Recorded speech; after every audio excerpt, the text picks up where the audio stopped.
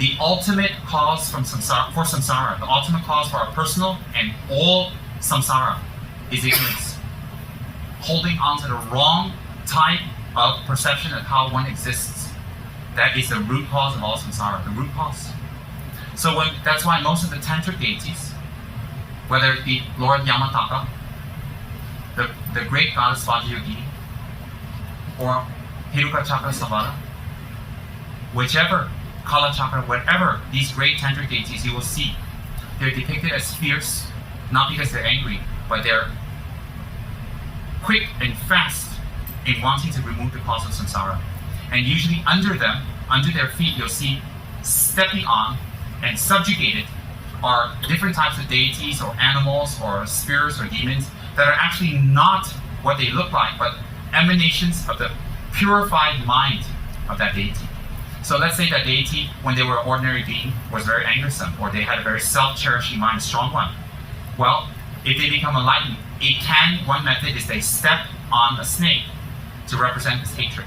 That when they step on the snake, it's not an actual real snake that they're harming. They're thinking, well, the Buddhas, why would they harm sentient beings? It's not that. It's that it represents that when they step on the snake, they overcome all types of anger and hatred. In the case of the great Hayagriva deity, with 8 legs, 6 arms, 3 faces, he steps on 8 snakes. Has a lot of symbology, but mostly about destroying anger.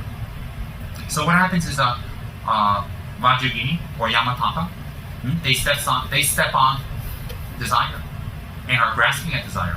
It is represented like that. And they also step on high-level gods. They step on high-level gods not because they're powerful and they catch them, they like step on them and show that they've won, some kind of reality contest and Yamataka won and the other gods didn't win. It's not that, What it is that it shows you that it's not necessarily those gods are real, but it shows you that bodhicitta, one representation is that it is so highly valued that even the gods will offer flowers, scatter flower on you, and offer praises to you. So when they are stepped on by the deity, it's not they're being harmed, it's showing in symbology that even the great gods humble themselves to someone who has bodhicitta, someone who has realized emptiness.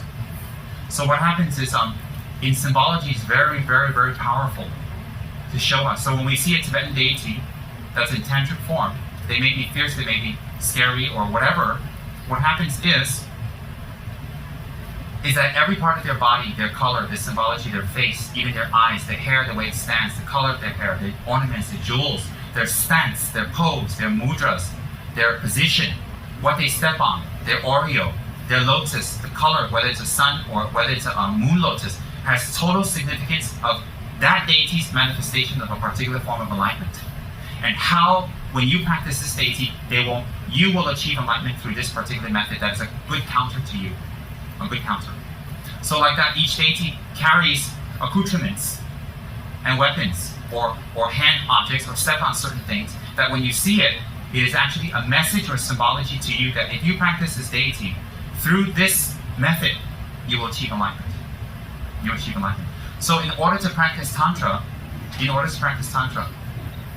have to